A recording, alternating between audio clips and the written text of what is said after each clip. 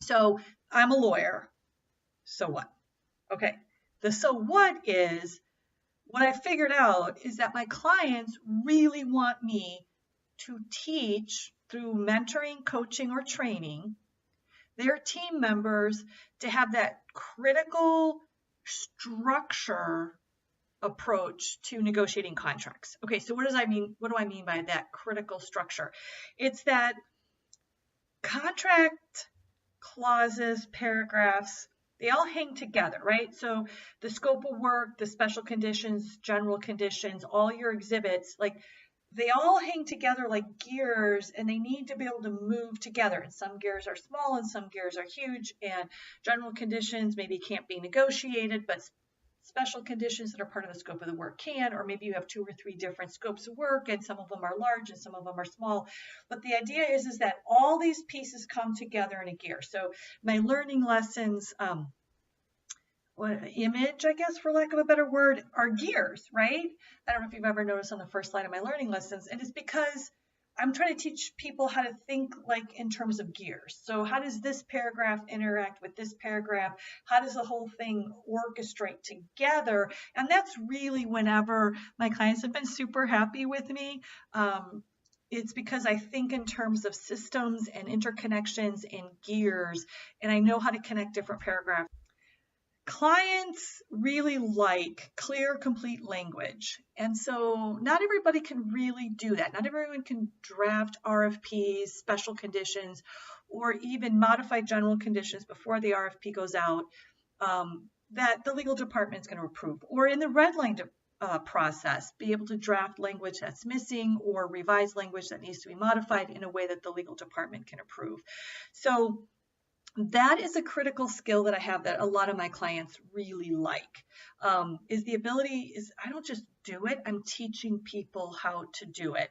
And I'm teaching people how to track the changes, and not just with comments and not just in their minds or with emails, but an actual spreadsheet that lays out, what the paragraph is and what the challenge is and what the supplier or the customer's challenge is and what whether I'm the supplier or the customer's principal reason for having the languages. And then if we can't do it, we don't have authority, then who does?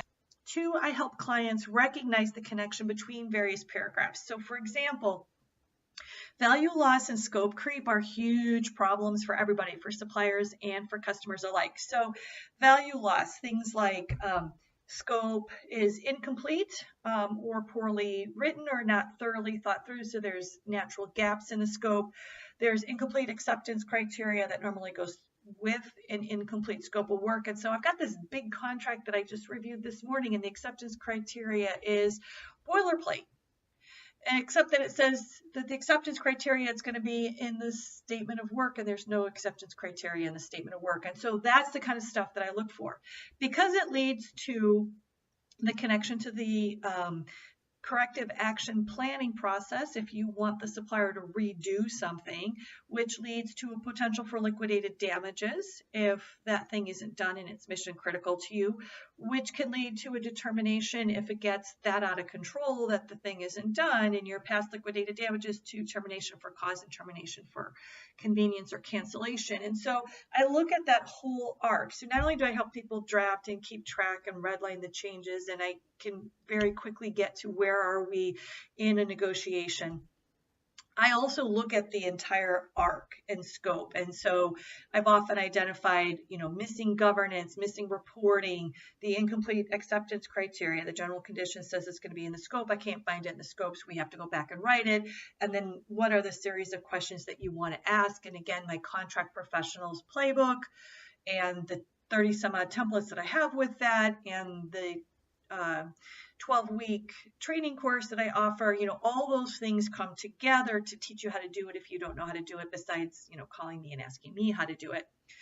With respect to keeping, a look at how language is drafted, even if I can't touch the general conditions without getting legal permission, which I normally can get legal permission. There's big parts of the contract that still need to be drafted, and scope change language is one of them.